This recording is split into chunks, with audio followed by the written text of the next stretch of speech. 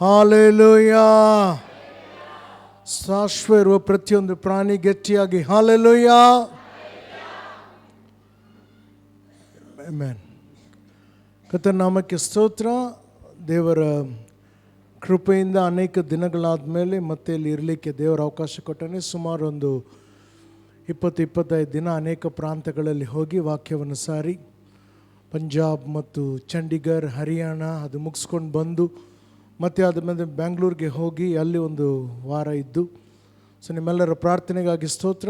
ಎಲ್ಲಿ ಹೋದರೂ ಕೂಡ ಆ ಪ್ರಾರ್ಥನೆಯ ಶಕ್ತಿಯನ್ನು ಅನುಭವಿಸ್ತಾ ಇದ್ದೇವೆ. ಕರ್ತನು ಒಳ್ಳೆಯವನು. ಯಾವ ಪ್ರಾಂತದಲ್ಲಿದ್ದರೂ ಎಲ್ಲಿದ್ದರೂ ಕೂಡ ಇದು ಕೆಲಸ ಮಾಡ್ತದೆ. ನಾನು ನಂಬ್ತೇನೆ. ನಿಮ್ಮ ಬಳಿಯಲ್ಲಿ ನಿಮ್ಮ ಬೈಬಲ್ ಇದೆ ಎಂಬುದಾಗಿ ಸ್ವಲ್ಪ ತೋರಿಸ್ತೀರಾ? ಚೆನ್ನಾಗಿರ್ತದೆ. ಆಮೇಲೆ ಬೈಬಲ್ ತಂದವರೆಲ್ಲರೂ ಬೈಬಲ್ ತೋರಿಸಿರಿ. ಮುಂದಿನ ವಾರದಿಂದ ಸಭೆಗೆ ಬರುವಾಗ ಒಳ್ಳೆ ಅಭ್ಯಾಸ ಮಾಡಿಕೊಳ್ಳೋಣ, ಬೈಬಲ್ ತೊಗೊಂಡು ಬರೋದು. ಐಪ್ಯಾಡ್, ಐಫೋನ್ ಅದೆಲ್ಲ ಇದ್ದರೂ ಕೂಡ ದೇವರ ವಾಕ್ಯಕ್ಕೆ ಸರಿಸಾಟಿ ಯಾವುದೂ ಇಲ್ಲ. ಆಮೇಲೆ ದೇವರ ವಾಕ್ಯ ಇಬ್ಬಾಯಿ ಖಡ್ಗವಾಗಿದೆ. ಎಲ್ಲಿ ಯಾವ ಸಮಯದಲ್ಲಿ ಎಲ್ಲಿ ಗೊಲಿಯತ್ ಬರ್ತಾನೋ ಗೊತ್ತಿಲ್ಲ. ಅದಕ್ಕೆ ಖಡ್ಗ ತಯಾರಾಗಿರ್ಬೇಕು, ಇಲ್ಲಾಂದರೆ ಅವನು ಹೊಡಿತಾನೆ ನಮಗೆ. ಆಮೇನ್. ಕರ್ತನ ನಾಮಕ್ಕೆ ಸ್ತೋತ್ರವಾಗಲಿ. ದೇವರ ವಾಕ್ಯದಲ್ಲಿ ಈ ರೀತಿ ಬರೆಯಲ್ಪಟ್ಟಿದೆ. ಯೋಹಾನ್ 6:63 ತೆಗಿಬೇಡಿ, ನನ್ನ ಕಡೆ ನೋಡಿ. ಯೋಹಾನ್ 6:63 ರೀತಿ ಬರೆಯಲ್ಪಟ್ಟಿದೆ. ಸ್ವಾಮಿ ಹೇಳ್ತಾ ಇದ್ದಾರೆ, ಶರೀರವು ಯಾವ ಕೆಲಸಕ್ಕೂ ಬರುವುದಿಲ್ಲ, ಆತ್ಮವು ಎಲ್ಲವನ್ನು ಚೈತನ್ಯಗೊಳಿಸ್ತದೆ ಅಥವಾ ಜೀವಿಸುತ್ತದೆ. ಆತ್ಮನು ಎಲ್ಲವನ್ನು ಜೀವಿಸುತ್ತದೆ. ಯಾವ ವಿಷಯಗಳು ಇವತ್ತು ನಮ್ಮ ಜೀವಿತದಲ್ಲಿ, ಕುಟುಂಬದಲ್ಲಿ, ಶರೀರದಲ್ಲಿ ಸತ್ತು ಹೋಗಿದೆಯೋ ಆ ಸತ್ತು ಹೋಗಿದ್ದನ್ನು ಬದುಕಿಸುವುದು ಆತ್ಮನು. ಮತ್ತು ಯೇಸುಸ್ವಾಮಿ ಅದೇ ರೀತಿ ಮುಂದೆ ಬರೆದು ಹೇಳ್ತಾರೆ, ನಾನು ನಿಮಗೆ ಆಡುವ ಮಾತುಗಳು ಜೀವವೂ ಆತ್ಮವೂ ಆಗಿದೆ. ಸೇವಕರು ಯಾರನ್ನ ಇರಲಿ ಇಲ್ಲಿ ನಿಂತ್ಕೊಂಡು ವಾಕ್ಯ ಸಾರುತ್ತಾ ಇರುವಾಗ ಸ್ವಾಮಿ ಹೇಳಿದರು, ಆ ವಾಕ್ಯವು ಏನಾಗಿದೆ ಅಂತೆ, ಆತ್ಮವು ಜೀವವೂ ಆಗಿದೆ. ಆತ್ಮ ಏನು ಮಾಡ್ತದೆ? ಸತ್ತೋಗಿದ್ದನ್ನು ಬದುಕಿಸುತ್ತದೆ. ಇಂದು ನಿಮ್ಮ ಜೀವಿತದಲ್ಲಿ, ನಿಮ್ಮ ಕುಟುಂಬದಲ್ಲಿ, ನಿಮ್ಮ ವ್ಯವಹಾರಗಳಲ್ಲಿ, ಕೆಲಸದಲ್ಲಿ ಏನಾದರೂ ಸತ್ತು ಹೋಗಿದೆ ಎಂಬುದಾಗಿ ನಿಮಗೆ ಅನ್ನಿಸ್ತಾ ಇದ್ದರೆ, ಯೇಸು ನಾಮದಲ್ಲಿ ನಾನು ನಿಮಗೆ ಹೇಳ್ತಾ ಇದ್ದೇನೆ, ಅದು ಇಂದು ಬದುಕಲೇಬೇಕು. ಯಾಕಂದರೆ ಚಪ್ಪಾಳೆ ತಟ್ತಾ ಇದ್ದೀರಾ, ಚುನ್ನಾಗೆ ತಂಬಾಕುಗೆ ಚುನ್ನ ಹಚ್ತಾ ಇದ್ದಾರ. ಚಪ್ಪಾಳೆ ಚಟ್ತಾ ಇದ್ದೀರಾ, ಜೋರಾಗಿ ಕೊಡ್ರಿ ಯೇಸುವಿಗೆ. Hallelujah, hallelujah. ಇನ್ನೊಂದು ಕಡೆ ಸ್ವಾಮಿ ಹೇಳ್ತಾರೆ, ಮಳೆ ಬಂದಾಗ ಭೂಮಿ ತೊಯ್ಯಲೇಬೇಕು. ಯೆಶಾಯ 55:10 ಹೇಳಿದ್ರು, ಮಳೆ ಬಂದಾಗ ಭೂಮಿ ತೊಯ್ಯಲೇಬೇಕು. ಭೂಮಿ ತೊಯ್ದು ಮೊಳಕೆ ಬಂದು ಬಿತ್ತುವವನಿಗೆ ಬೀಜವು, ಉಣ್ಣುವವನಿಗೆ ರೊಟ್ಟಿಯನ್ನು ಕೊಡುವ ಪ್ರಕಾರ ನನ್ನ ಬಾಯಿಂದ ಹೊರಟು ಬಂದ ಮಾತು ಅದು ಯಾವ ಕೆಲಸಕ್ಕೆ ಕಳಿಸಲ್ಪಟ್ಟಿದೋ ಅದನ್ನು ನೆರವೇರಿಸದೆ ಹಿಂತಿರುಗಿ ಬರುವುದಿಲ್ಲ. ಮಳೆ ಬಂದಾಗ ಭೂಮಿ ತೊಯ್ಯಲೇಬೇಕು. ದೇವರ ವಾಕ್ಯ ಬಂದಾಗ ಅದು ಆರೋಗ್ಯದ ವಾಕ್ಯವಾಗಿದ್ದರೆ ನಿಮ್ಮ ಶರೀರದಲ್ಲಿ ಆ ಅನಾರೋಗ್ಯ ಹೇಳಕ್ಕಾಗಲ್ಲ, ನಾನು ಇವತ್ತು ಹೋಗಲ್ಲ ಎಂಬುದಾಗಿ. ಹೋಗಲೇಬೇಕು. ಆ ಬಡತನ ನೀಗಲೇಬೇಕು. ಆ ಶಾಪ ಮುರಿಯಲ್ಪಡಲೇಬೇಕು. ಅಷ್ಟು ಶಕ್ತಿ ಇದೆ. ಅದಕ್ಕೆ ಬೈಬಲ್ ತೊಗೊಂಡು ಬರ್ರಿ, ಬೈಬಲ್ ಓದ್ರಿ, ಬೈಬಲ್ ಧ್ಯಾನ ಮಾಡಿರಿ. ಆಮೇನ್. ಸಿದ್ಧವಾಗಿದ್ದೀರಾ ವಾಕ್ಯ ಕೇಳಲಿಕ್ಕೆ? ಇವತ್ತು ಎಷ್ಟು ಜನ ಹೇಳಿದ್ರಿ ನಾನು ಸಿದ್ಧವಾಗಿದ್ದೀನಿ? ಒಂದು ಜೋರಾಗಿ ಹಾಲೆಲೂಯಾ. ನಾನು ಹೇಳಿದೆ ಜೋರಾಗಿ ಹಾಲೆಲೂಯಾ. ಇವತ್ತು ನನ್ನ ಸಂದೇಶಕ್ಕೆ ಬಿರುದು ಏನೆಂದರೆ, ದೇವರು ಪ್ರಾರ್ಥನೆಗೆ ಉತ್ತರ ಕೊಡ್ತಾನೆ. ನಾನು ಹೇಳ್ತಾ ಇದ್ದೀನಿ, ದೇವರು ಪ್ರಾರ್ಥನೆಗೆ ಉತ್ತರ ಕೊಡ್ತಾನೆ. ನೀವು ಪ್ರಾರ್ಥನೆ ಮಾಡ್ತಾ ಇಲ್ಲ ಅಂತ ಕಾಣ್ತದೆ. ಮಾಡ್ತಾ ಇದ್ದವರಿದ್ರೆ ಇನ್ನೂ ಜೋರಾಗಿ ಆಮೇಲೆ ಹೇಳ್ತಾ ಇದ್ರಿ. ಇದು ಎಲ್ಲರಿಗೆ ಅನ್ವಯಿಸೋದಿಲ್ಲ. ಯಾರು ಪ್ರಾರ್ಥನೆ ಮಾಡ್ತಾರೋ ಅವ್ರಿಗೆ ಮಾತ್ರ ಅನ್ವಯಿಸ್ತೈತೆ. ಯಾಕಂದರೆ ನಾನು ಹೇಳ್ತಾ ಇದ್ದೀನಿ, ನಮ್ಮ ದೇವರು ಪ್ರಾರ್ಥನೆಗೆ ಉತ್ತರ ಕೊಡ್ತಾನೆ. ನಮ್ಮ ದೇವರು ಪ್ರಾರ್ಥನೆಗೆ ಉತ್ತರ ಕೊಡ್ತಾನೆ. ಹಲ್ಲೆಲೂಯಾ. ಸರಿ, ಕೆಲವು ನಮಗೆ ಪರಿಚಯವಾಗಿರುವಂಥ ಒಂದು ಭಾಗದಿಂದ ಸಂಕ್ಷಿಪ್ತವಾಗಿ ಕೆಲವು ಸಂಗತಿಗಳನ್ನು ನೋಡಿ ಪ್ರಾರ್ಥಿಸೋಣ. ಇವತ್ತು ಕರ್ತನ ಅದ್ಭುತಗಳನ್ನು ಮಾಡ್ತಾನೆ. ನೀವು ಯಾವ ರೀತಿ ಬಂದಿದ್ರು ನನಗೆ ಗೊತ್ತಿಲ್ಲ, ಆದರೆ ಬಂದವರು ಅದೇ ರೀತಿಯಲ್ಲಿ ಹೋಗೋದಿಲ್ಲ. ಅನಾರೋಗ್ಯದಿಂದ ಬಂದವರು ಆರೋಗ್ಯ ಪಡ್ಕೊಂಡು ಹೋಗ್ತಾರೆ. ಬಡತನದಲ್ಲಿ ಕಷ್ಟದಲ್ಲಿದ್ದವರಿಗೆ ಕರ್ತನು ಮಾರ್ಗ ತೋರಿಸ್ತಾನೆ. ಶಾಪಗಳಿಂದ ನೆರಳಾಡುತ್ತಿದ್ದವರಿಗೆ ಕರ್ತನ ಆಶೀರ್ವಾದವನ್ನು ಪಡೆದುಕೊಂಡು ನಾವೆಲ್ಲಿಂದ ಸಂತೋಷವಾಗಿ ಹೋಗುತ್ತೀವಿ. ಯಾಕೆಲ್ಲರ ಮುಖ ಇನ್ನೂ ಅಷ್ಟು ದುಃಖವಾಗಿದೆ ಗೊತ್ತಿಲ್ಲ. Hallelujah, hallelujah. ಪ್ರಾರಂಭಿಸುವಾಗ ಅಪೊಸ್ತಲ ಕೃತ್ಯ 10ನೇ ಅಧ್ಯಾಯ ಅದರಲ್ಲಿ ಮೊದಲು 2 ವಚನಗಳನ್ನು ಓದಿಕೊಂಡು ನಾವು ಮುಂದಕ್ಕೆ ಸಾರೋಣ. ಕೈಸರದಲ್ಲಿ ಇಟಾಲಿಯನ್ ಎಂಬ ಗುಂಪಿನ ಶತಾಧಿಪತಿಯಾದ ಕೊರ್ನೇಲಿ ಎಂಬ ಒಬ್ಬ ಮನುಷ್ಯನಿದ್ದನು. ಅವನು ದೇವಭಕ್ತನು, ತನ್ನ ಮನೆಯವರೆಲ್ಲರೊಂದಿಗೆ ದೇವರಿಗೆ ಭಯಪಡುವವನು ಆಗಿದ್ದು ಜನರಿಗೆ ಬಹಳ ದಾನಗಳನ್ನು ಮಾಡುತ್ತಿದ್ದನು ಮತ್ತು ಯಾವಾಗಲೂ ದೇವರಿಗೆ ಪ್ರಾರ್ಥಿಸುತ್ತಾ ಇದ್ದನು. ಗಮನ ಕೊಟ್ಟು ಕೇಳ್ರಿ ಪ್ರಿಯರೇ, ಇಲ್ಲಿ ವಾಕ್ಯದಲ್ಲಿ ಏನು ಬರೆಯಲ್ಪಟ್ಟಿದೆ ಅಂದರೆ, ಕೈಸರ್ನಲ್ಲಿ ಇಟಾಲಿಯ ಎಂಬ ಒಂದು ಗುಂಪಿದೆ. ಆ ಗುಂಪಿನ ಒಬ್ಬ ಶತಾಧಿಪತಿ, ದಯಮಾಡಿ ನನ್ನ ಕಡೆ ನೋಡ್ರಿ, ಆಮೇಲೆ ಓದ್ಬೋದು. ಒಬ್ಬ ಶತಾಧಿಪತಿ ಇದ್ದನಂತೆ. ವಾಕ್ಯದಲ್ಲಿ ಬರೆಯಲ್ಪಟ್ಟಿದೆ, ಅವನು ದೇವರನ್ನು ಪ್ರೀತಿಸುವವನು ಆಗಿದ್ದನು. ದೇವರನ್ನು ಭಯಭಕ್ತಿ. ಒಂದು ನಿಮಿಷ.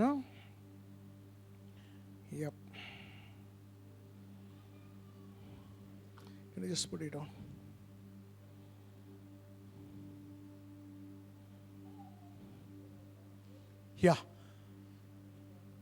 ಮನುಷ್ಯನಿದ್ದನು, ದೇವಭಕ್ತನು, ತನ್ನ ಮನೆಯವರೆಲ್ಲರೊಂದಿಗೆ ದೇವರನ್ನು ಭಯಪಡುವವನಾಗಿದ್ದು ಜನರಿಗೆ ಬಹಳ ದಾನ ಧರ್ಮಗಳನ್ನು ಮಾಡುತ್ತಾ ಇದ್ದನು ಮತ್ತು ಯಾವಾಗಲೂ ದೇವರಿಗೆ ಪ್ರಾರ್ಥಿಸ್ತಾ ಇದ್ದನು.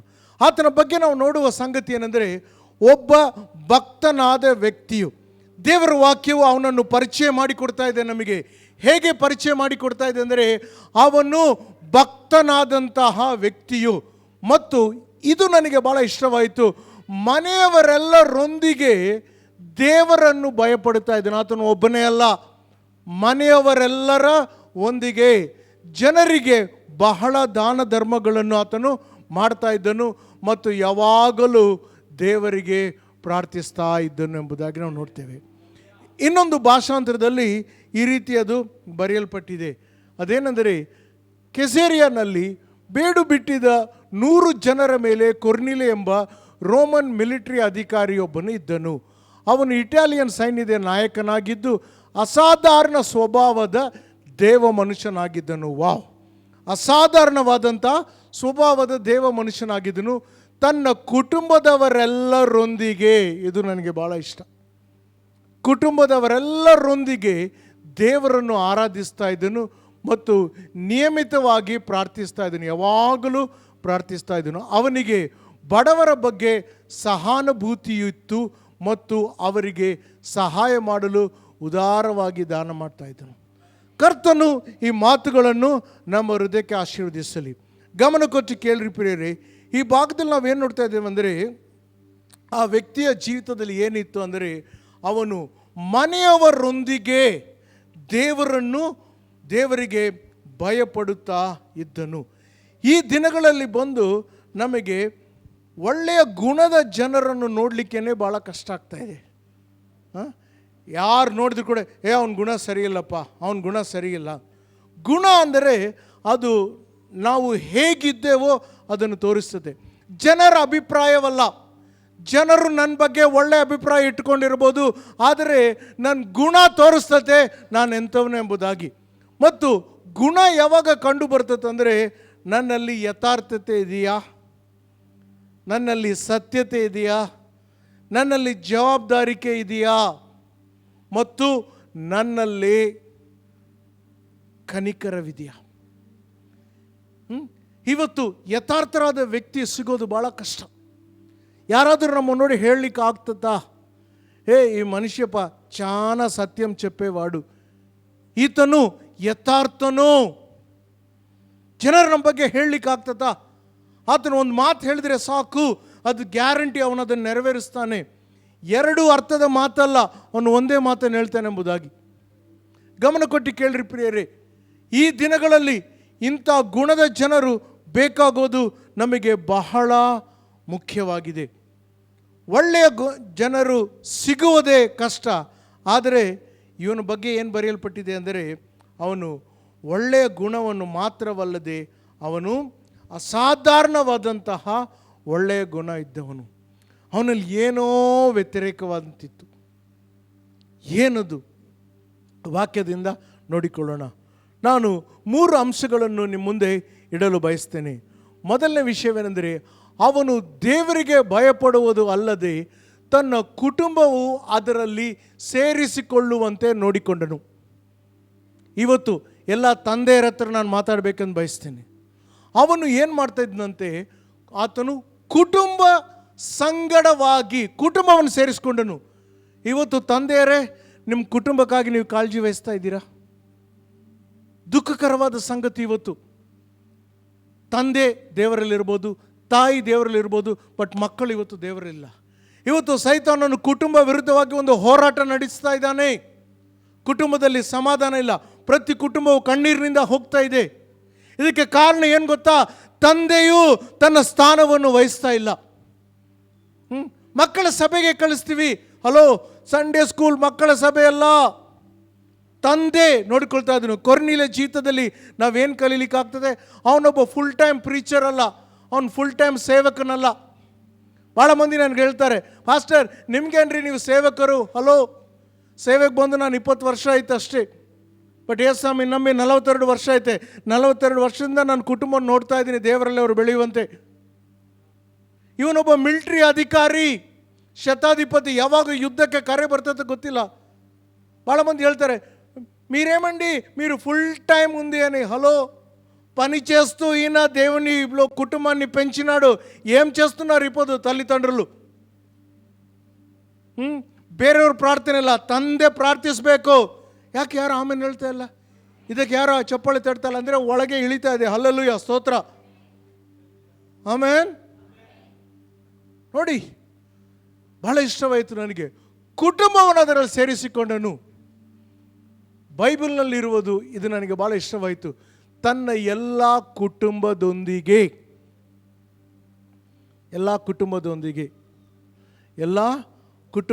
ಏನು ಮಾಡ್ತಾ ಇದ್ದಂತೆ? ಅವನು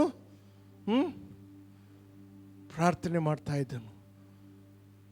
ಪ್ರಿಯರೇ, ಇವತ್ತು ತಂದೆ ತಾಯಿಯನ್ನು ಕೇಳ್ತಾ ಇದ್ದೀನಿ. ನಾನು ತಂದೆಯರ ಹತ್ರ ವಿಶೇಷವಾಗಿ ಕೇಳ್ತಾ ಇದ್ದೀನಿ. ಮುಂದಿನ ವಾರ ಚಿಲ್ಡ್ರನ್ಸ್ ಡೇ ಆಚರಣೆ ಇದೆ, ಎಲ್ಲ ನಡೀತಾ ಇದೆ.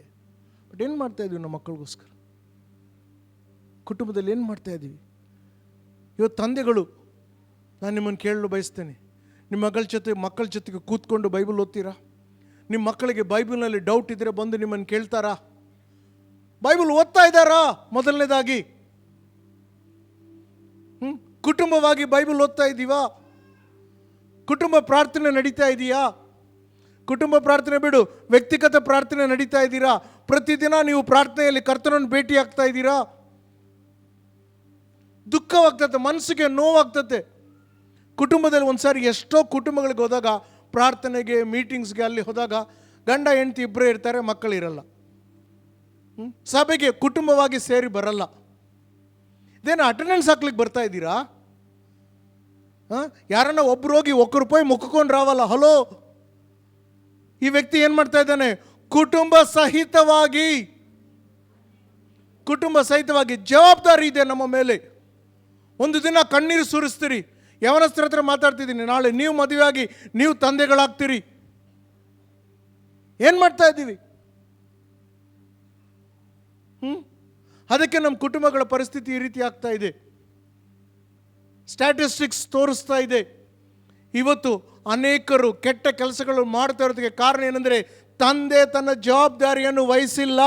ಬರೀ ದುಡಿದು ಹಾಕೋದಲ್ಲ, ಮಕ್ಕಳಿಗೆ ಹೊಸ ಹೊಸ ಫೋನ್ಗಳು ಅದು ಇದು ಕೊಡಿಸೋದಲ್ಲ, ಅವ್ರ ಜೊತೆ ಕುಂತು ಪ್ರಾರ್ಥಿಸಬೇಕು. ಭಾಳ ವರ್ಷಗಳಿಂದ ದೇವರು ನನ್ನ ಹತ್ರ ಕೇಳಿದರು. ನನ್ನ ಮಕ್ಕಳು ಇನ್ನೂ ಚಿಕ್ಕವರಿದ್ದರು. ಅವಾಗ ದೇವರು ನನ್ನ ಹತ್ರ ಹೇಳಿದರು, ಏನಂದರೆ, ಗಣೇಶ್, ನೀನು ಅವ್ರಿಗೋಸ್ಕರ ಬರೀ ಪ್ರಾರ್ಥನೆ ಮಾಡೋದಲ್ಲ, ಅವ್ರ ಜೊತೆಗೆ ನೀನು ಪ್ರಾರ್ಥನೆ ಮಾಡಬೇಕು.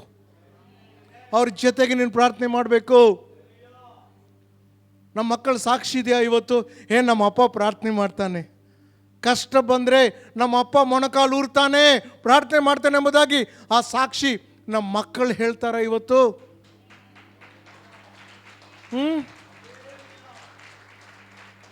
ಏನು ಮಾಡ್ತಾ ಇದ್ದೀವಿ? ಮಾಡೋದನ್ನೇ ಮಾಡ್ತಾ ಇದ್ರೆ ಹೊಂದೋದನ್ನೇ ಹೊಂದಿಕೊಳ್ತಾ ಇದ್ದೀವಿ. ಹಲೋ, ಕೆಲಸದ ನೆಪ ಹೇಳ್ಬೇಡ್ರಿ, ಎಲ್ಲರೂ ಕೆಲಸ ಮಾಡ್ತಾರ್ರಿ. ಎಲ್ಲರಿಗೂ 24 ತಾಸೇ ಇದೆ, ಒಂದು ದಿನ ಹೆಚ್ಚಿಲ್ಲ. ದೊಡ್ಡ ಕೆಲಸ ಚಿಕ್ಕ ಕೆಲಸ ಅಂದಿಲ್ಲ, ಎಲ್ಲರೂ ಕೆಲಸ ಮಾಡ್ತಾ ಇದ್ದಾರೆ. ಪಾಸ್ಟರ್ ಕೂಡ ಕೆಲಸ ಮಾಡ್ತಾ ಇದ್ದಾನೆ. ನಿಮ್ಗನ್ನ ಸಾಯಂಕಾಲ 8 ತಾಸು ಆದಮೇಲೆ ಮನೆಗೆ ಬರ್ತೀರಿ, ಮಧ್ಯರಾತ್ರಿ ಕೂಡ ನಮ್ಮ ಫೋನ್ ಚಾಲು ಇರ್ತದೆ. ಯಾವಾಗ ಯಾರ ಟೈಮ್ದು ಎಲ್ಲಿ ಫೋನ್ ಬರ್ತದೋ ಗೊತ್ತಿಲ್ಲ ನಮಗೆ.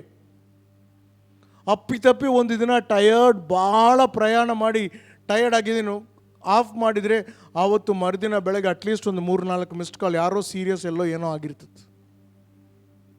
ಎಲ್ಲರಿಗೆ ಸಮಯವಿದೆ.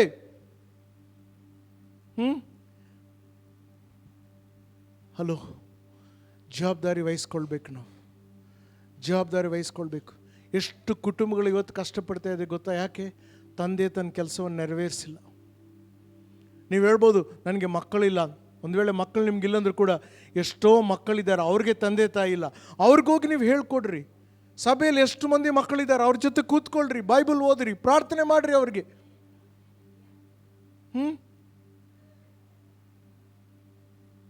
ಕುಟುಂಬ ಸಂಗಡವಾಗಿ ಎಷ್ಟು ಚಂದ ಕಾಣ್ತದೆ ಗೊತ್ತಾ?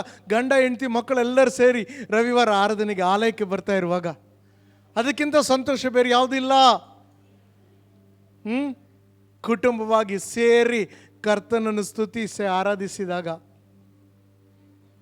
ಮುಂದೆ ನೋಡಿ ಏನು ಬರೆಯಲ್ಪಟ್ಟಿದೆ: ಬಡವರ ಬಗ್ಗೆ ಹೃದಯವಿತ್ತು ಮತ್ತು ಅವರಿಗೆ ಉದಾರವಾಗಿ ಸಹಾಯ ಮಾಡ್ತಾ ಇದ್ದನು. ಅಲೋ, ಇವತ್ತು ನಾವು ಸಹಾಯ ಮಾಡ್ತಾ ಇದ್ದೀವ ಯಾರಿಗನ್ನ? ಬಡವರು ಅಂದರೆ ಬರೀ ಆರ್ಥಿಕವಾದಂಥ ಬಡವರಲ್ಲ. ಯೇಸು ಸ್ವಾಮಿ ಇಲ್ಲದೆ ಇರುವ ಪ್ರತಿಯೊಬ್ಬನೂ ಬಡವನೇ. ಇದು ಸುವಾರ್ತೆ ಬಗ್ಗೆ ಕೂಡ ಮಾತಾಡ್ತಾ ಇದೆ. ಕ್ರಿಸ್ತನ ಇಲ್ಲದೇ ಇದ್ದವನು ಬಡವನು. ಎಷ್ಟು ಜನರಿಗೆ ನಾವು ಅವರ ಬಗ್ಗೆ ನಮಗೆ ಹೃದಯವಿದೆಯಾ? ದೇವರ ನಾಮಕ್ಕೆ ಸ್ತೋತ್ರ. ನಾನು ರಕ್ಷಣೆ ಹೊಂದಿದ್ದೀನಿ, ನಾನು, ನನ್ನ ಹೆಂಡತಿ ಮೇರಿ, ನನ್ನ ಮಕ್ಕಳು ಯಾಕೋಬ್, ಯೋಹಾನ್, ನಾವು 4 ಇನ್ನು ಸಾಕು ಅಲ್ಲ. ಹಲೋ, ಹೊರಗಡೆ ಪ್ರಪಂಚ ಇದೆ. ನಿಮಗೆ ಯಾರೊಬ್ಬರು ಬಂದು ಸುವಾರ್ತೆ ಹೇಳಿದ್ದಾರೆ, ನೀವು ಕಣ್ಣೀರಲ್ಲಿದ್ದಾಗ ನಿಮ್ಮ ಜೊತೆಯಲ್ಲಿ ಯಾರೋ ಪ್ರಾರ್ಥಿಸಿದ್ದಾರೆ, ಹಗಲು ರಾತ್ರಿ ನಿಮ್ಮ ಜೊತೆಯಲ್ಲಿದ್ದು ನಿಮಗೆ ಪ್ರೋತ್ಸಾಹ ಕೊಟ್ಟಿದ್ದಾರೆ. ಅದನ್ನೇ ನಾವು ಬೇರೆಯವರಿಗೆ ತೋರಿಸ್ಲಿಕ್ಕೆ ಆಗೋದಿಲ್ವಾ? ಅವ್ರು ಬಂದು ನಮಗೆ ಪ್ರಾರ್ಥಿಸದೇ ಇದ್ದರೆ ಏನಾಗ್ತಾ ಇತ್ತು ನಮ್ಮ ಗತಿ? ಸಭೆ, ಈಗ ನಾವು ಎಚ್ಚರವಾಗಿಲ್ಲ ಅಂದರೆ ನಾವು ಯಾವಾಗ ಎಚ್ಚರ ಆಗ್ತೇವೆ? ಇನ್ನು ಕೆಲವೇ ದಿನಗಳಲ್ಲಿ 25 ಮುಗೀತದೆ, 26 ಮತ್ತೆ ಹೊಸ ವರ್ಷ, ಹೊಸ ವಾಗ್ದಾನ. ಹಳೆ ವಾಗ್ದಾನದಿಂದ ಏನು ಮಾಡ್ತಾ ಇದ್ದೀವಿ ನಾವು? Hello, praise the lord. ಅಲ್ಲೇ ಹೇಳೋದು ಮರ್ತು ಬಿಟ್ಟಿದ್ದೀರಾ? ಆಮೇಲೆ ಹೇಳೋದು ಮರ್ತು ಬಿಟ್ಟಿದ್ದೀರಾ? ಕತ್ತರಿಸ್ತಾ ಇದೆ ವಾಕ್ಯ. ಸ್ತೋತ್ರ. ಇಬ್ಬಾಯಿ ಕತ್ತಿ ಕತ್ತರಿಸಲೇಬೇಕು, ಬೆಂಕಿ ಉರಿಲೇಬೇಕು, ಸುತ್ತಿಗೆ ಒಡಿಲೇಬೇಕು. ಆಮೇನ್. ಬಡವರೆಂದರೆ ಕೇವಲ ಆರ್ಥಿಕ ಬಡವರಲ್ಲ. ಕರ್ತನಾದ ಯೇಸು ತಮ್ಮ ಜೀವನದಲ್ಲಿ ಸ್ವೀಕರಿಸದೇ ಇರುವ ಎಲ್ಲರೂ, ಹಲೋ, ಸುವಾರ್ತೆಗಾಗಿ, ಮಿಷನ್ಸ್ಗಾಗಿ ಕೊಡ್ತಾ ಇದ್ದೀರಾ? ನೀವೇನಾದರೂ ಸಹಾಯ ಮಾಡ್ತಾ ಇದ್ದೀರಾ? ಆರ್ಥಿಕವಾಗಿ ಸಹಾಯ ಮಾಡ್ತಾ ಇದ್ದೀರಾ? ಸೇವೆಗಾಗಿ ಏನು ಮಾಡ್ತಾ ಇದ್ದೀವಿ? ಕಲಿಸ್ಕೊಡ್ತಾ ಇದ್ದೀವ ನಮ್ಮ ಮಕ್ಕಳಿಗೆ? ನಾವು ಹಂಗೆ ಮಾಡ್ತಾ ಇರುವಾಗ ನಮ್ಮ ಮಕ್ಕಳು ಸಹ ಹಂಗೆ ಮಾಡ್ತಾರೆ. ನನಗಿನ್ನೂ ನೆನಪಿದೆ, ಒಬ್ಬ ಪಾಸ್ಟರ್ ಮಗನು ಚಿಕ್ಕ ವಯಸ್ಸಿನಿಂದ ಒಂದು ಬಿಸ್ಕೆಟ್ ಡಬ್ಬನಲ್ಲಿ 50 ಪೈಸಾ 4 ಆಣೆ ಚಿಲ್ಲರೆ ಹಾಕಿ ಹಾಕಿ ಹಾಕಿ ದೊಡ್ಡ ಇದಾಗಿ ಬಂದು ಒಂದು ಸರ್ ಬಂದು ನಮಗೆ ಕೊಟ್ಟರು. ಅಂಕಲ್, ನೀವು ಅಲ್ಲಿಗೆ ಆಫ್ರಿಕಾಗೆ ಅಲ್ಲಿ ಇಲ್ಲಿ ಹೋಗ್ತಾ ಇರ್ತೀರಲ್ಲ ಸೇವೆಗೆ, ಮಿಷನ್ಸ್ಗೆ ತಗೊಂಡೋಗ್ರಿ ಅಂದೇಳಿ.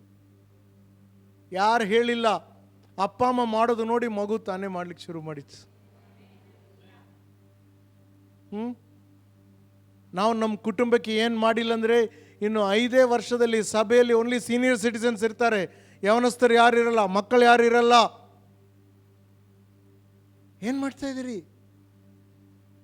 ಯಾರಿಗೆ ಕಷ್ಟ ಇಲ್ಲ ಹೇಳ್ರಿ? ಯೇಸುಸ್ವಾಮಿ ಕೂಡ ಕಷ್ಟಪಟ್ರಿ. ಅವ್ನು ಕೊಲೆ ಮಾಡ್ಬೇಕಂತ ಬಯಸಿದ್ರು ಯೇಸುಸ್ವಾಮಿನೂ, ತಪ್ಸ್ಕೊಂಡು ಹೋದ್ರು ಅವ್ರು. ಯೇಸುಸ್ವಾಮಿ ಸಮಯ ಬಂದಾಗ ಪ್ರಾಣ ಕೊಟ್ಟರು. ನಮ್ಮದೇ ಕಷ್ಟವನ್ನು ನಾವು ದೊಡ್ಡದು ಮಾಡ್ತೇವೆ. ಏನು ಮಾಡ್ತಾ ಇದ್ದ ಈ ಮನುಷ್ಯ? ಬಡವರಿಗೆ ಬಹಳವಾಗಿ ಏನು ಮಾಡ್ತಾ ಇದ್ದಂತೆ? ದಾನ ಧರ್ಮಗಳನ್ನು ಮಾಡುತ್ತಾ ಇದ್ದನು. ನಮ್ಮ ಸಭೆಯಲ್ಲಿ ಇದ್ದಾರೆ, ಅನೇಕರಿದ್ದಾರೆ, ಯಾರಿಗೆ ಗೊತ್ತಿಲ್ಲ. ಎಷ್ಟೋ ಜನರ ಮಕ್ಕಳ ವಿದ್ಯಾಭ್ಯಾಸಕ್ಕೆ ಕೊಡೋರಿದ್ದಾರೆ ನಮ್ಮ ಸಭೆಯಲ್ಲಿ, ಕೊಡ್ತಾ ಇದ್ದಾರೆ ರಹಸ್ಯವಾಗಿ. ಕರ್ತನಂತವ್ರನ್ನ ಹೇರಾಳವಾಗಿ ಇನ್ನೂ ಆಶೀರ್ವದಿಸ್ತಾನೆ. ಎಷ್ಟು ಕೊಡ್ತೀವಲ್ಲ, ಹೇಗೆ ಕೊಡ್ತೀವಿ ಅದು ಮುಖ್ಯ. ಹೇಗೆ ಕೊಡ್ತೀವಿ ಅದು ಮುಖ್ಯ. ದಾನ ಧರ್ಮಗಳನ್ನು ಮರ್ತೇ ಬಿಟ್ಟಿದ್ದೇವೆ. ಯೇಸುಸ್ವಾಮಿ ಹೇಳಿದ್ರು, ಹೊಂದಿಕೊಳ್ಳೋದಕ್ಕಿಂತ ಕೊಡೋದು ಎಷ್ಟೋ ಉತ್ತಮ ಎಂಬುದಾಗಿ. ಕೊಡ್ತಾ ಇದ್ದೀವಾ? ಕೊಡ್ತಾ ಇದ್ದೀವಾ? ದಶಮ ಭಾಗ ಕೊಡ್ತಾ ಇದ್ದೀವಾ? ದಶಮ ಭಾಗ ಕೊಡದೇ ಅವ್ರನ್ನ ಪ್ರತಿಯೊಬ್ಬನ ಕಳ್ಳ ಅಂದೇಳಿ ಬೈಬಲ್ ಹೇಳ್ತದೆ. ನಾನಲ್ಲ, ಯೇಸುಸ್ವಾಮಿ ಹೇಳ್ತಾ ಇದ್ದಾರೆ.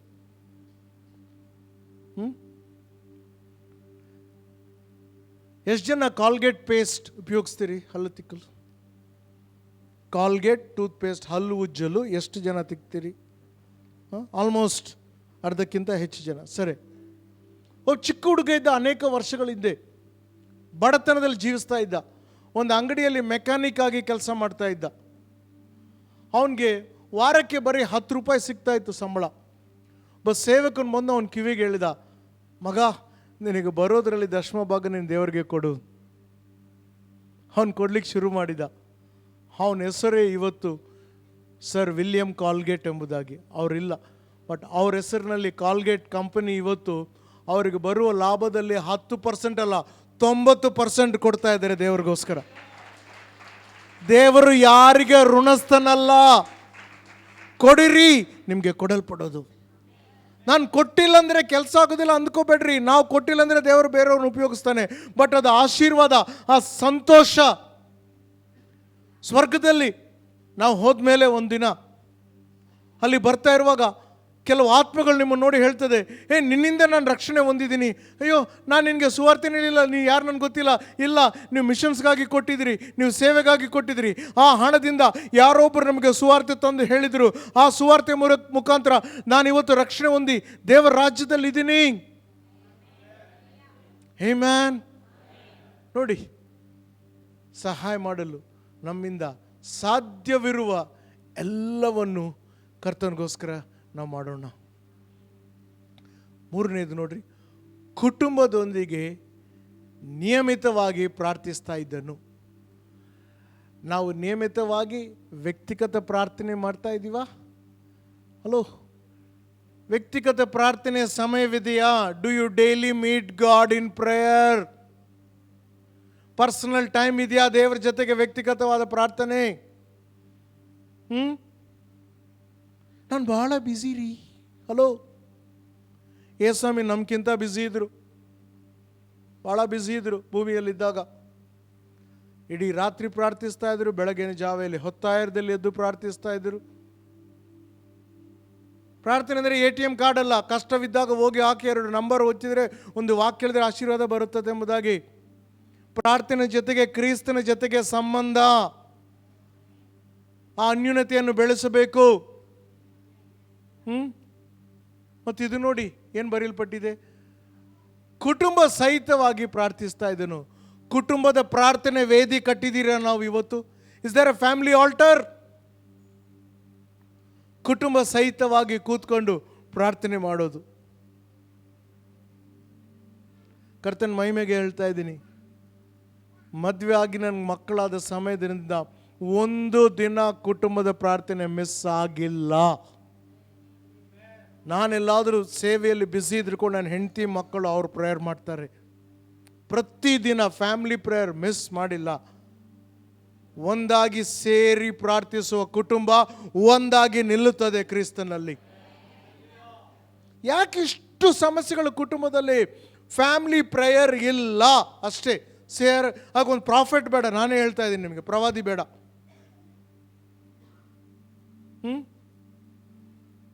ಈಗ ಮಾಡಿಲ್ಲ ಅಂದರೆ ಯಾವಾಗ ಮಾಡ್ತೀರಿ? ಎಷ್ಟು ಚೆನ್ನಾಗಿದೆ ನೋಡ್ರಿ. ಕುಟುಂಬ ಸಹಿತವಾಗಿ ನಮ್ಮ ಮನೆಯಲ್ಲಿ ಕುಟುಂಬದ ಪ್ರಾರ್ಥನೆ ವೇದಿಕೆ ಬಲಿಪೀಠ ಇದೆಯಾ?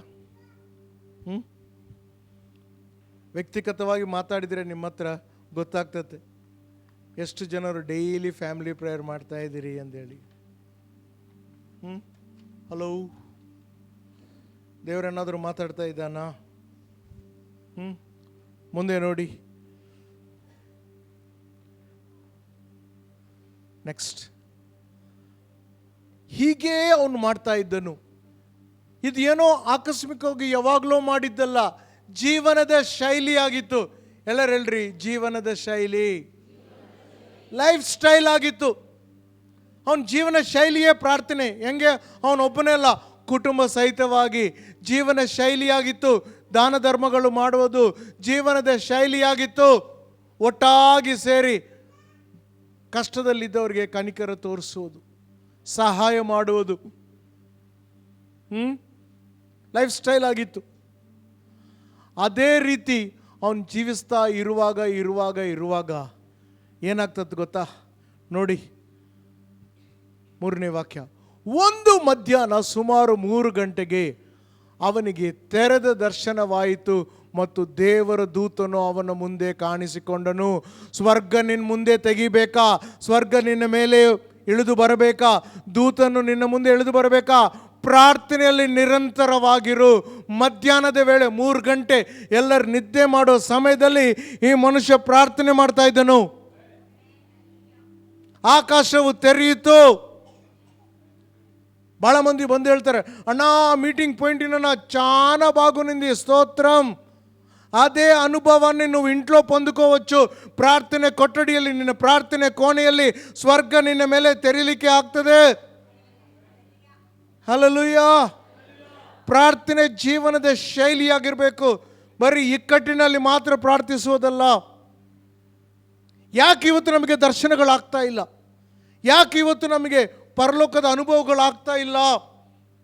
ಪ್ರಾರ್ಥನೆ ಮಾಡ್ತಾ ಇಲ್ಲ. ಪ್ರಾರ್ಥನೆ ಮಾಡುತ್ತಾ ಇದ್ದಾಗ ತೆರೆಯಿತು. ನೋಡಿ ಎಷ್ಟು ಚೆನ್ನಾಗಿದೆ. ದೂತನು ಬಂದು ಆತನು ಹೇಳಿದನು, ನಿನ್ನ ಎಲ್ಲ ಪ್ರಾರ್ಥನೆಗಳು ಬಡವರಿಗೆ ನೀನು ಔದಾರ್ಯವಾವು ದೇವರ ಮುಂದೆ ಶಾಶ್ವತವಾದ ಕಾಣಿಕೆಯಾಗಿ ಏರಿದೆ. ವಾವ್! ನನ್ನ ಪ್ರಾರ್ಥನೆ ದೇವರ ಮುಂದೆ ಶಾಶ್ವತವಾದಂಥ ಕಾಣಿಕೆಯಾಗಿ ಆತನ ನೆನಪಿಗೆ ಏರಿದೆ.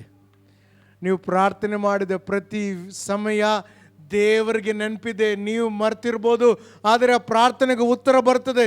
ಎಷ್ಟೋ ಜನರು ಪ್ರಾರ್ಥಿಸಿ ಪ್ರಪಂಚ ಬಿಟ್ಟೋಗಿರ್ಬೋದು, ಅವರ ಪ್ರಾರ್ಥನೆ ಫಲವನ್ನು ಇನ್ನೂ ನೀವು ಕಾಣ್ತಾ ಇರ್ಬೋದು, ನೀವಿನ್ನೂ ಅನುಭವಿಸ್ತಾ ಇರ್ಬೋದು. Hallelujah, hallelujah. ನಿನ್ನ ಎಲ್ಲ ಪ್ರಾರ್ಥನೆಗಳು ವಾವ್, ತುಂಬ ಇಷ್ಟ ಆಯಿತು ನನಗೆ. ಆಮೆನ್. ಕೆಲವು ಜನರನ್ನು ತಕ್ಷಣವೇ ಯೋಪಾಗೆ ಕಳಿಸು, ಅಲ್ಲಿ ಚರ್ಮಕಾರನಾದಂಥ ಸೀಮೋನ್ ಮನೆಯಲ್ಲಿರುವ ಬಂಡೆಯ ಸೀಮೋನನೆಂಬಂಥ ವ್ಯಕ್ತಿಯನ್ನು ಹುಡುಕಲಿ. ಅವನ ಮನೆ ಸಮುದ್ರದ ಪಕ್ಕದಲ್ಲಿದೆ. ಈಗ ದೇವರು ಏನು ಹೇಳ್ತಾ ಇದ್ದಾರೆ ಅಂದರೆ, ದೈವಿಕ, ಪ್ಲೀಸ್ ನನ್ನ ಕಡೆ ನೋಡ್ರಿ, ದೈವಿಕ ದರ್ಶನಗಳನ್ನು, ಡೈರೆಕ್ಷನ್ಸ್, ಮಾರ್ಗದರ್ಶನ ಮಾಡ್ತಾ ಇದ್ದಾರೆ. ಲೈಫ್ನಲ್ಲಿ ಕನ್ಫ್ಯೂಷನ್ ಆಗಿದೆಯಾ? ಪ್ರವಾದಿಗಳನ್ನು ಹುಡ್ಕೊಂಡು ಓಡಬೇಡ್ರಿ. ನಾನು ಪ್ರವಾದಿಗಳ ಹತ್ರ ಹೋಗ್ಬೇಡ್ರಿ ಅಂತ ನಾನು ಹೇಳ್ತಾ ಇಲ್ಲ, ಪ್ಲೀಸ್. ವಾಕ್ಯದಲ್ಲಿ ಬರೆಯಲ್ಪಟ್ಟಿದೆ, ನಿಮ್ಮ ಎಲ್ಲ ಮಾರ್ಗಗಳಲ್ಲಿ ಆತನಿಗೆ ಶರಣರಾಗಿರಿ, ಆತನು ನಿಮ್ಮ ಮಾರ್ಗಗಳನ್ನೆಲ್ಲ ಸಫಲಪಡಿಸ್ತಾನೆ. ದೇವರು ನಮಗಾಗಿ ಹಾಕಿಟ್ಟಿರುವ ಉದ್ದೇಶ ಪ್ರಣಾಳಿಕೆಯನ್ನು ನೇರವಾಗಿ ನಮಗೆ ತಿಳಿಸ್ತಾನೆ. ಒಂದು ಕಾಲ ಟೈಮ್ ಇತ್ತು ನನ್ನ ಲೈಫ್ನಲ್ಲಿ, ಯಾರಾದರೂ ಬಂದು ನನಗೆ ಪ್ರಾಫೆಸಿ ಕೊಟ್ಟರೆ ಚೆನ್ನಾಗಿ ಅನಿಸ್ತಾ ಇತ್ತು. ಈಗ ಯಾರಾದರೂ ಪ್ರಾಫೆಸಿ ಕೊಟ್ಟರೆ ನನಗೆ ದುಃಖ ಆಗ್ತದೆ. ಯಾಕೆ ಗೊತ್ತಾ? ದೇವರು ನನ್ನ ಹತ್ರ ಡೈರೆಕ್ಟ್ ಮಾತಾಡ್ಲಿಕ್ಕೆ ಆಗಿಲ್ಲ, ಅದಕ್ಕೆ ಬೇರೆ ಥರ್ಡ್ ಪಾರ್ಟಿ ಮುಖಾಂತರ ಮಾತಾಡ್ತಿದ್ದಾನೆ ಎಂಬುದಾಗಿ. ಹಲೋ, ಯಾಕೆಲ್ಲರೂ ನಿಶಬ್ದವಾಗಿದ್ದೀರಿ? ಅಲ್ಲಲ್ಲಿ ಕೂಗೋದು ಮರ್ತು ಬಿಟ್ಟಿದ್ದೀರಾ? Amen, amen. ದರ್ಶನ ಕೊಟ್ಟನು, ಅಡ್ರೆಸ್ ಕೊಟ್ಟನು, ಎಲ್ಲಿ ಯಾರಿದ್ದಾರೆ ಹೋಗಿ ನೀನು ಅವ್ರನ್ನ ಕರೆಸು ಎಂಬುದಾಗಿ. Hallelujah, amen. ಮಾರ್ಗದರ್ಶನಕ್ಕೋಸ್ಕರ ಕಾಯ್ತಾ ಇದ್ದೀರಾ? ಲೈಫ್ನಲ್ಲಿ ಕನ್ಫ್ಯೂಷನ್ ಇದೆಯಾ? ಇವತ್ತು ಯವನಸ್ಥರು ಎಷ್ಟೋ ಮಂದಿ ನಿರಾಶೆಗೆ ಗುರಿಯಾಗಿ, ಡಿಪ್ರೆಷನ್ಗೆ ಗುರಿಯಾಗಿ ಆತ್ಮಹತ್ಯೆ ಮಾಡ್ಕೊಳ್ತಾ ಇದ್ದಾರೆ. ಮೊನ್ನೆ ಪಂಜಾಬ್, ಚಂಡೀಗಢ, ಡೆಲ್ಲಿ ಮತ್ತು ಬೆಂಗಳೂರಿಗೆ ಹೋಗಿದ್ದಾಗ 3 ಯವನಸ್ಥರ ಕೂಟವಿತ್ತು. ಎಷ್ಟೋ ಯವನಸ್ಥರನ್ನು ಭೇಟಿಯಾಗಿದೆ. ಪ್ರತಿ ಯವನಸ್ಥರು ಡಿಪ್ರೆಷನ್. ಇವತ್ತು ಯವನಸ್ಥರಿಗೆ ಶಕ್ತಿನೇ ಇಲ್ಲ. 3 ಕಿಲೋಮೀಟರ್ ಸೈಕಲ್ ಓಡ್ಲಿಕ್ಕೆ ಆಗ್ತಲ್ಲ, ಟಯರ್ಡ್ ಅಂತೆ. ಚೆಟ್ಟು ಮತ್ತು ಹೊಡಿಬೇಕನ್ನಿಸ್ತದೆ. ನಾವೆಲ್ಲ ಸೈಕಲಲ್ಲಿ ತಿರುಗಾಡಿ ಸುವಾರ್ತೆ ಸಾರಿದ್ದೀವಿ ರೀ. 5 ಕಿಲೋಮೀಟರ್ 10 ಕಿಲೋಮೀಟರ್ ಸೈಕಲಲ್ಲಿ ಡಬಲ್ ರೈಡಿಂಗ್. ರಾಮಬಣ್ಣ ಕರ್ಕೊಂಡು ಹೋದ್ರು. ನಾನು ಇವತ್ತು ವಿಮಾನದಲ್ಲಿ ತಿರುಗಾಡ್ತಾ ಇದ್ದಾರೆ ಅವರು. ಬಳ್ಳಾರಿಯಲ್ಲಿ ಸೈಕಲ್ನಲ್ಲಿ ಇಲ್ಲಿಂದ ವೇಣುವೀರಪುರ, ಇಲ್ಲಿಂದ ಬೆಳಗಲ್ ತಾಂಡ.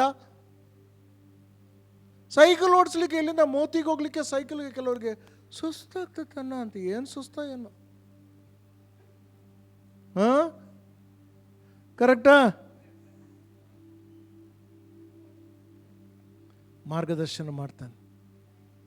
ನಿರುತ್ಸಾಹಕ್ಕೆ ಗುರಿಯಾಗೋದು ಬೇಡ. ಪ್ರಾರ್ಥನೆ ಮಾಡ್ರಿ. ಸ್ವರ್ಗ ತೆರೀತೈತ್ರಿ ನಿಮ್ಮ ಮುಂದೆ. ಸ್ವರ್ಗ ತೆರೀತತೆ. ದೂತನು ಪರ್ಸನಲಿ, ದೇವ್ರ ದೂತನ್ ನಿಮ್ಮ ಕಡೆ ಕಳಿಸ್ತಾನೆ. ಹಲ್ಲೆಲೂಯಾ. ದೂತನ ಕಳಿಸ್ತಾನೆ. ಮುಂದೆ ನೋಡಿ ಏನು ಬರೆಯಲ್ಪಟ್ಟಿದೆ. ಸಾರಿ, ಅದೇ 10:3-6. ಮಧ್ಯಾಹ್ನದ ಪ್ರಾರ್ಥನೆ ಮಾಡ್ತಿರುವಾಗ ಅಲ್ಲಿ ಹೋಗು ಎಂಬುದಾಗಿ. ಮರುದಿನ ಪೇತ್ರನು ಕೈಸೇರಕ್ಕೆ ಬಂದನು. ಅಲ್ಲಿ ಕೊರ್ನೇಲಿಯನೆಂಬ ತನ್ನ ಬಂಧು ಬಳಗದವರೆಲ್ಲರೂ ಆಪ್ತರ ಸಹಿತವಾಗಿ ಒಟ್ಟುಗೂಡಿಸಿಕೊಂಡು ಅವರಿಗೆ ಕಾತುರದಿಂದ ಕಾಯುತ್ತಿದ್ದನು. ವಾವ್! ಈಗೇನು ಮಾಡಾನೆ? ಸೇವಕನು ಬರ್ತಾ ಇದ್ದಾನೆ, ದೇವರು ಕಳಿಸಿದ ಮನುಷ್ಯ ಬರ್ತಾ ಇದ್ದಾನೆ ಎಂಬುದಾಗಿ ಕುಟುಂಬ ಸಹಿತವಾಗಿ ಸ್ನೇಹಿತರು, ಆಪ್ತ ಬಂಧು ಮಿತ್ರರು ಎಲ್ಲರನ್ನು ಕರೆದನು. ನಿಮ್ಮ ಮನೆಯಲ್ಲಿ ಪ್ರೇಯರ್ ಮೀಟಿಂಗ್ ಇಟ್ಕೊಂಡು, ನಮ್ಮ ಮಗ ಅಂದರೆ ಇಲ್ಲ, ಫ್ರೆಂಡ್ಸ್ ಜೊತೆಗೆ ಸ್ಟಡಿ ಮಾಡಲಿಕ್ಕೆ ಹೋಗಿದ್ದಾನೆ. ಬೇರೆ ಟೈಮ್ ಇಲ್ವಾ ಸ್ಟಡಿ ಮಾಡಲಿಕ್ಕೆ? ಇಲ್ಲಿ ಕೇರ್ಸಲ್ ನಡೀತಾ ಇದೆ, ಒಳಗಡೆ ಕೂತ್ಕೊಂಡು ಓದ್ತಾ ಇದ್ದಾನೆ. ಏನು ಸ್ಟಡಿನೋ ಏನೋ ಗೊತ್ತಿಲ್ಲ. ಇಷ್ಟು ದಿನ ಯಾಕೆ ಸ್ಟಡಿ ಮಾಡಿಲ್ಲ? ಮನಸ್ಸು ನೋಯ್ತದ್ರಿ. ಕುಟುಂಬದ ಕಷ್ಟವನ್ನು ನೋಡಿದ್ದೀವಿ ನಾವು. ಯಾರನ್ನೂ ಟೀಕಿಸ್ತಾ ಇಲ್ಲ. ನೀವು ಕಷ್ಟದಲ್ಲಿದ್ದಾಗ ನಮಗೂ ಕಷ್ಟವಾಗ್ತದೆ, ನಮ್ಮ ಮನಸ್ಸು ನೋಯ್ತತೆ. Prevention is better than cure ಅಂತಾರೆ. ಸ್ವಸ್ಥತೆಗಿಂತ ಅದನ್ನು ತಡೆಗಟ್ಟುವುದೇ ಉತ್ತಮ.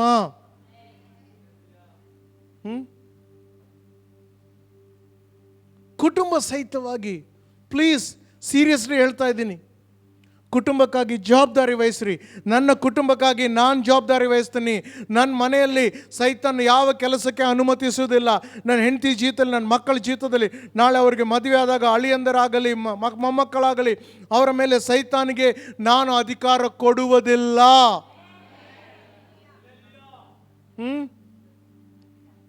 ಹಲ್ಲೆಲೂಯಾ. ದೇವರ ರಾಜ್ಯವು ಬಲಾತ್ಕಾರಕ್ಕೆ ಗುರಿಯಾಗಿದೆ. ಬಲಿಷ್ಠರು ಅದನ್ನು ನುಗ್ಗಿ ಸ್ವಾಧೀನಪಡಿಸ್ಕೊಳ್ತಾರೆ. Hallelujah, hallelujah. ನೋಡಿ ಮುಂದೆ ಏನು ಬರೆಯಲ್ಪಟ್ಟಿದೆ ಎಂದರೆ ಬ್ಯೂಟಿಫುಲ್ ಆಗಿದೆ ಇಲ್ಲಿ. ನಿನ್ನ ಪ್ರಾರ್ಥನೆಗಳು, ನಿನ್ನ ದಾನಗಳು ದೇವರ ಮುಂದೆ ಜ್ಞಾಪಕವಾಗಿದೆ ಎಂಬುದಾಗಿ. ಜ್ಞಾಪಕವಾಗಿದೆ. ದೇವರೆಲ್ಲ ಜ್ಞಾಪಕ ಮಾಡಿಕೊಳ್ತಾನೆ. ದೇವರೆಲ್ಲ ಜ್ಞಾಪಕ ಮಾಡಿಕೊಳ್ತಾನೆ.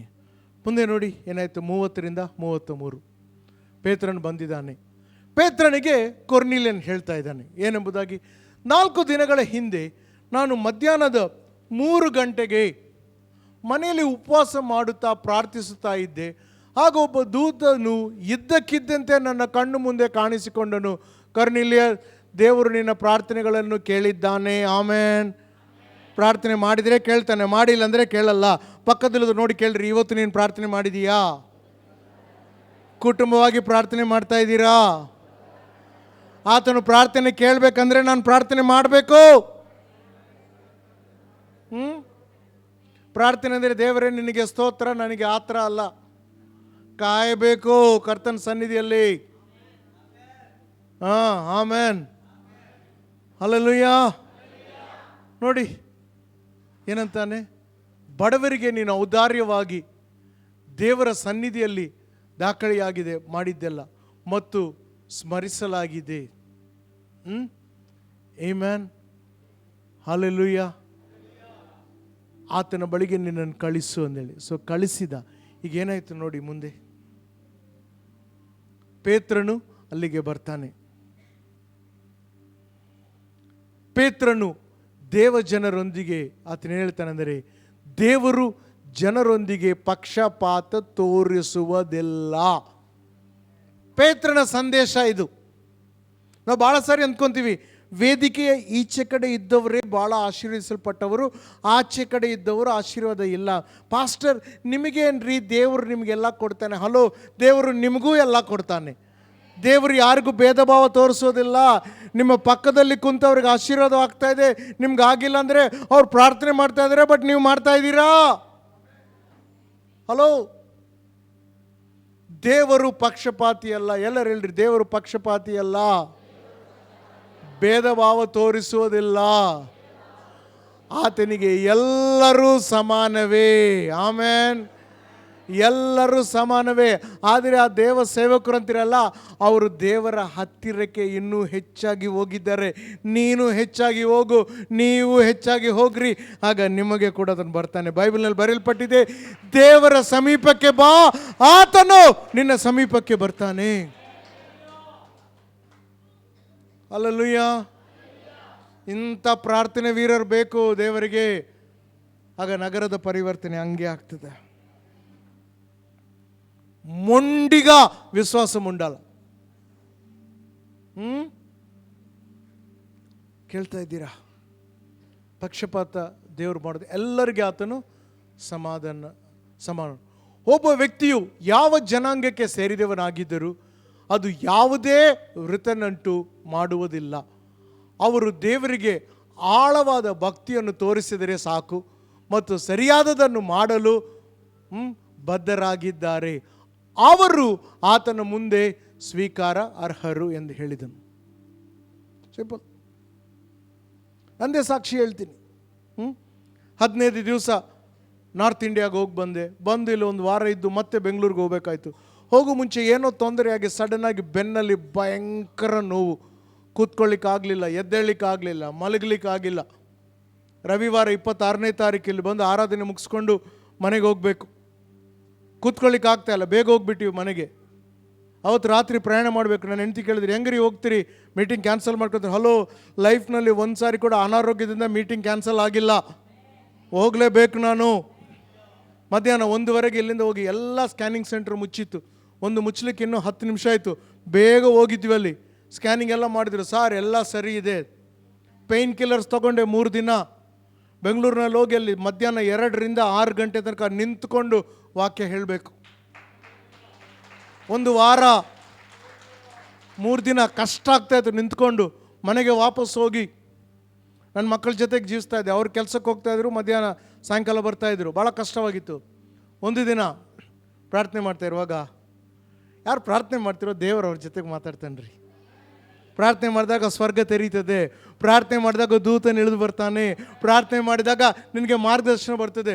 ಸಿಂಪಲ್ ಒಂದು ಸಹಾಯ ದೇವರು ನನ್ನ ಹತ್ರ ಮಾತಾಡಿ ತೋರಿಸಿದ್ರು. ಏನು ಗೊತ್ತಾ, ನಮ್ಮ ಸಭೆಯಲ್ಲಿ ನಾವು ನಂಬ್ತೇವೆ, ಇದು ನಮ್ಮ ಬೋಧನೆ. ನಾನೊಬ್ಬ ಆತ್ಮ, ನನಗೆ ಪ್ರಾಣವಿದೆ, ನಾನು ಈ ಶರೀರದಲ್ಲಿ ಜೀವಿಸ್ತಾ ಇದ್ದೀನಿ. ನಾನೊಬ್ಬ ಆತ್ಮ, ನನಗೆ ಪ್ರಾಣ ಅಥವಾ ಮನಸ್ಸಿದೆ, ನಾನು ಈ ಶರೀರದಲ್ಲಿ ಜೀವಿಸ್ತಾ ಇದ್ದೀನಿ. ನಮ್ಮ ಆತ್ಮ ರಕ್ಷಿಸಲ್ಪಟ್ಟಿದೆ, ಅದು ಪಾಪ ಮಾಡಲ್ಲ. ನಮ್ಮ ಆತ್ಮವು ಯೇಸುವಿನ ರಕ್ತದಿಂದ ತೊಳೆಯಲ್ಪಟ್ಟಿದೆ. ನಮ್ಮ ಆತ್ಮವು ಪವಿತ್ರಾತ್ಮನಿಂದ ದೀಕ್ಷಾಸ್ನಾನ ಹೊಂದಿಕೊಂಡಿದೆ. ನಮ್ಮ ಆತ್ಮಕ್ಕೆ ರೋಗವಿಲ್ಲ, ನಮ್ಮ ಆತ್ಮಕ್ಕೆ ತೊಂದರೆ ಇಲ್ಲ, ಬಡತನವಿಲ್ಲ, ಏನಿಲ್ಲ. ಆತ್ಮ ಜೀವನದಲ್ಲಿ ಜೀವಿಸ್ತಾ ಇದೆ. ಆದರೆ ಆತ್ಮ ಶರೀರದಲ್ಲಿದೆ. ಈ ಶರೀರದಲ್ಲಿ ನೋವಿದೆ. ಇವತ್ತು ನನ್ನ ವಾಕ್ಯ ಕೇಳ್ತಾ ಇದ್ದೀರಾ, ಇವತ್ತು ನಿಮ್ಗೆ ಅದ್ಭುತಗಳಾಗ್ತದೆ, ಸ್ವಸ್ಥತೆಗಳಾಗ್ತದೆ, ಇವತ್ತು ಬಿಡುಗಡೆಗಳಾಗ್ತದೆ. ನಾನು ಹೇಳೋ ಮಾತನ್ನು ನೀವು ಕೇಳ್ರಿ, ಗಮನ ಕೊಟ್ಟು ನೀವು ಕೇಳ್ರಿ. ನೋವಿನಿಂದ ನೆರಳ್ತಾ ಇರುವಾಗ ಆ ಸಮಯದಲ್ಲಿ ದೇವರ ಆತ್ಮನ ಹೇಳಿದನು, ನಿನ್ನಲ್ಲಿ ಆತ್ಮನಲ್ಲಿ ಆರೋಗ್ಯವಿದೆ. ಏಸಮ್ಮನ ಹೇಳಿದರು, ನನ್ನನ್ನು ನಂಬುವವರ ಹೊಟ್ಟೆಗಳಿಂದ ಜೀವ ಜಲವು ಹೊರಡುತ್ತದೆ. ನಾನು ಹೇಳಿದೆ, ಸಿಂಪಲಾಗಿ ನಾನು ಹಿಂಗೆ ಹೇಳಿದೆ, ನನ್ನ ಎದೆ ಮೇಲೆ ಕೈ ಇಟ್ಕೊಂಡಿದ್ದೆ, ಎಸಪ್ಪ, ಆತ್ಮನಲ್ಲಿ ಇರುವಂಥ ಜೀವ ಸ್ವಲ್ಪ ಹೊರಗಡೆ ಬಂದು ನನ್ನ ಶರೀರದಲ್ಲಿರುವಂಥ ಬೆನ್ನನ್ನು ಗುಣ ಮಾಡಲಿ ಅಂದರೆ ಆ ಹೊತ್ತೇ ಅದೇ ಕ್ಷಣ ಅದು ಹೋಯಿತು. ನೆಕ್ಸ್ಟ್ 3 ದಿನ ಒಂದು ಗುಳಿಗೆ ತಗೊಂಡಿಲ್ಲ. ನಿಮ್ಗೆ ಗೊತ್ತು ನಾನು ಹೆಂಗೆ ಪ್ರೀಚ್ ಮಾಡ್ತೀನಿ, ಒಂದು ಕಡೆ ನಿಲ್ಲಂಗಿಲ್ಲ, ಜಿಗಿದು ಕುಣಿದು ನಲಿದಾಡಿ. ಅಲ್ಲಿ ಒಂದು ಸಭೆಗೆ ಹೋದಾಗ ಅಲ್ಲಿ 4 ತಾಸು ಆರಾಧನೆ, ನಮ್ಮಂಗೆ 2 ತಾಸಲ್ಲ, 1.5 ತಾಸು ಆರಾಧನೆ, ಕುಣಿತಾ ಇದ್ದೆ. ರಾತ್ರಿ ಮತ್ತೆ 3 ತಾಸು ನಿಂತು ವಾಕ್ಯ ಹೇಳಿ ಆಮೇಲೆ ಲಗೇಜ್ ತೊಗೊಂಡು ಒಬ್ಬನೇ ಬಂದೆ. ಆವತ್ತಿಂದ ಇವತ್ತುವರೆಗೆ ನನ್ನ ಹೆಂಡತಿಗೆ ಶಾಕ್ ಆಯಿತು. ಮೊನ್ನೆ ಶ್ರೀರಾಮ್ಪುರ ಕಾಲನಿಗೆ ಕೇರ್ಸಲ್ಗೆ ಹೋಗಿದ್ದಾಗ, ಎಲ್ಲಿದ್ದಾಳಮ್ಮ ಅಮ್ಮ ಇದ್ದಾರಾ ಉನ್ನವಮ್ಮ? ಹಾಂ ವಾಕ್ಯ ಹೇಳ್ತಾ ಇರುವಾಗ ಆಯಮ್ಮಗೆ ಖುಷಿಯಾಗಿತ್ತು. ಅಯ್ಯೋ ಇವತ್ತು ಗಣೇಶನ ಬಂದರೆ ಗಣೇಶನ ಹತ್ರ ಪ್ರೇಯರ್ ಮಾಡಿಸ್ಕೊಳ್ಳೋಣ ಅಂದೇಳಿ. ಇದೇ ವಾಕ್ಯ ಅವತ್ತು ಹೇಳಿದಾಗ ಅವ್ರ ಮೇಲೆ ಕೈ ಇಟ್ಟಿಲ್ಲ, ಪ್ರಾರ್ಥನೆ ಮಾಡಿಲ್ಲ. ಒಳಗಿದ್ದ ಆತ್ಮ ಬಂದು ಒಳಗಡೆ ಕಾರ್ಯ ಮಾಡಿ ಬಾಗುನ್ನೋ ಕದಮ್ಮ ಆರೋಗ್ಯ ಇಚ್ಚಿನಾಳ ದೇವಡು. ದೇವರು ಪಕ್ಷಪಾತಿ ಅಲ್ಲ. ಗಾಡ್ ಬ್ಲೆಸ್ ಯು ಮಾ, ಕೂತ್ಕೋ. ದೇವರು ಪಕ್ಷಪಾತಿ ಅಲ್ಲ. ನಂಬೋರು ಯಾರನ್ನ ದಮ್ಮಿದ್ರೆ ನಂಬು, ನಿನ್ನ ಜೀವಿತದಲ್ಲಿ ಅದ್ಭುತವನ್ನು ಹೊಂದ್ಕೊಂತೀವಿ. ಕೆಲವು ಸಾರಿ ಯಾರು ಸಿಗದೇ ಇರೋದಲ್ಲ ನಮಗೋಸ್ಕರ ಪ್ರಾರ್ಥನೆ ಮಾಡಲಿಕ್ಕೆ. ನೀವೇ ನಿಮ್ಮ ಮೇಲೆ ಕೈ ಇಟ್ಕೊಂಡು ಒಳಗಿರೋ ಆತ್ಮಂಗೆ ಸ್ವಲ್ಪ ಬಿಡುಗಡೆ ಮಾಡಿರಿ. ಹೊರಗಡೆ ಬಂದು ಶರೀರದಲ್ಲಿ ಏನೇ ಇದ್ರು, ಬರೀ ಅನಾರೋಗ್ಯ ಮಾತ್ರವಲ್ಲ, ಆರ್ಥಿಕ ಪರಿಸ್ಥಿತಿ, ಶಾಪ, ಪಾಪ, ಕೆಟ್ಟ ಚಟಗಳಿಗೆ ಸಿಕ್ಕಿಕೊಂಡಿದ್ರು, ಏನಿದ್ರು ಕೂಡ ದೇವರು ಸರಿ ಮಾಡ್ತಾನೆ. ಇವತ್ತು ಇಂಥ ಮಟ್ಟಕ್ಕೆ ಬಂದಿದ್ದೀನಿ. ವಾಕ್ಯಕ್ಕೆ ವಿರುದ್ಧವಾಗಿ ಏನಾದರೂ ನಡೀತಾ ಇದ್ದರೆ ಅದನ್ನು ನಾನು ಒಪ್ಪಿಕೊಳ್ಳುವುದಿಲ್ಲ. ಪ್ರತಿ ಸಂಗತಿ ವಾಕ್ಯಕ್ಕೆ ಅನುಸಾರವಾಗಿ ನಡೆಯಲೇಬೇಕು. ನನ್ನ ಜೀವಿತದಲ್ಲಿ, ನನ್ನ ಕುಟುಂಬದಲ್ಲಿ, ನನ್ನ ಮನೆಯಲ್ಲಿ, ನಮ್ಮ ಸಭೆಯಲ್ಲಿ, ನಮ್ಮ ದೇಶದಲ್ಲಿ ಅದು ನಡೆಯಲೇಬೇಕು. ಯಾರನ್ನ ಏನನ್ನ ಇರಲಿ, ಪ್ರತಿಯೊಂದು ವಾಕ್ಯಕ್ಕೆ ಅಡ್ಡ ಬೀಳಲೇಬೇಕು ಯೇಸುವಿನ ನಾಮದಲ್ಲಿ. Hallelujah, hallelujah. ಪ್ರಾರ್ಥನೆ ಮಾಡೋಣ ವ್ಯಕ್ತಿಗತವಾಗಿ, ಕುಟುಂಬವಾಗಿ, ಜೊತೆಯಾಗಿ ಸೇರಿ ಮಾಡೋಣ. ಆಮೇಲೆ ಏನಾಯ್ತು ನೋಡ್ರಿ ಮುಂದೆ. ಪೇತ್ರನು ವಾಕ್ಯವನ್ನು ಸಾರುತ್ತಾ ಇರುವಾಗ, ವಾವ್, 46 ಇದು ನನಗೆ ಭಾಳ ಇಷ್ಟ. ಮಾತುಗಳನ್ನು ಇನ್ನೂ ಹೇಳುತ್ತಾ ಇರುವಾಗಲೇ ಪವಿತ್ರಾತ್ಮನು ಪೇತ್ರನ ಜೊತೆಯಲ್ಲಿ ಯೆಹೂದ್ಯ ಸಹೋದರರು ಪವಿತ್ರಾತ್ಮ ವರವನ್ನು ಹೊಂದಿ ತಮ್ಮ ಮೇಲೆ ಸುರಿಸಲ್ಪಟ್ಟದನ್ನು ನೋಡಿ ಆಶ್ಚರ್ಯಪಟ್ಟರು. ಪವಿತ್ರಾತ್ಮನು ಅವರ ಮೇಲೆ ಇಳಿದು ಬಂದನು. ಪ್ರಾರ್ಥನೆ ಮಾಡ್ತಾ ಇರುವಾಗ ಸ್ವರ್ಗ ನಿಮಗೆ ತೆಗೀತತೆ. ವಾಕ್ಯ ನೀವು ಓದ್ತಾ ಇರುವಾಗ, ದೇವರ ಸೇವಕರು ವಾಕ್ಯ ಸಾರ್ತಾ ಇರುವಾಗ ಆ ವಾಕ್ಯವನ್ನು ಗಮನ ಕೊಟ್ಟು ಕಿವಿಯಿಂದ ಕೇಳ್ತಾ ಇದ್ರೆ, ನೀವು ಯಾವ ಮೂಲೆಯಲ್ಲಿ ಈಗ ಎಲ್ಲಿ ಕುಂತಿದ್ರು ಕೂಡ ದೇವರ ಆತ್ಮ ನಿಮ್ಮ ಮೇಲೆ ಇಳಿದು ಬರ್ತಾ ಇದ್ದಾನೆ. ಆತನ ಶಕ್ತಿ ನಿಮ್ಮನ್ನು ಮುಟ್ಟುತ್ತಾ ಇದೆ. ಯೇಸುವಿನ ನಾಮದಲ್ಲೇ ನಿಮ್ಮ ಮೇಲೆ ಆತನು ಬರ್ತಾನೆ. ಹಲ್ಲೆಲೂಯಾ. ಬಲವುಳ್ಳ ಪವಿತ್ರಾತ್ಮನು ನನ್ನಲ್ಲಿ ಬಂದಿರುವ ಕಾರಣದಿಂದ ಕ್ರೂರಿಯಾದ ಸೈತಾನನ್ನೇ ಒಂದೇ ಮಾತಿನಿಂದಲೇ ಓಡಿಸುವೆ. ಆಮೆನ್. ಪ್ರಾರ್ಥನೆ ಮಾಡು. ಆಕಾಶ ತೆರೀತತೆ, ದೂತರು ಇಳುತ್ತಾರೆ, ಸಂದೇಶ ಬರ್ತತೆ. ಆ ಸಂದೇಶಕ್ಕೆ ಕಿವಿ ಕೊಟ್ಟು ಮನಸ್ಸು ತೆರೆದಾಗ ಪವಿತ್ರಾತ್ಮನ ಅಭಿಷೇಕ ಜಲದ ಪ್ರವಾಹದಂತೆ ನಮ್ಮ ಮೇಲೆ ಬರುತ್ತದೆ. ಅವರೆಲ್ಲರೂ ಅನ್ಯ ಭಾಷೆಯಲ್ಲಿ ಮಾತನಾಡ್ತಾ ಇದ್ದರು. Hallelujah, hallelujah. ದೇವರು ಪಕ್ಷಪಾತಿ ಅಲ್ಲ, ಭೇದ ಭಾವ ತೋರಿಸೋದಿಲ್ಲ. ಎಲ್ಲರೂ ಆತನಿಗೆ ಸಮಾನರೇ. ಪ್ರಾರ್ಥನೆ ಮಾಡು, ವ್ಯಕ್ತಿಗತವಾಗಿ ಮಾಡು, ಕುಟುಂಬವಾಗಿ ಮಾಡು. ಪರಿಸ್ಥಿತಿಗಳೆಲ್ಲ ಬದಲಾವಣೆ ಆಗ್ತದೆ. ಎಲ್ಲ ಸಂಗತಿಗಳು ಚೇಂಜ್ ಆಗಲೇಬೇಕು.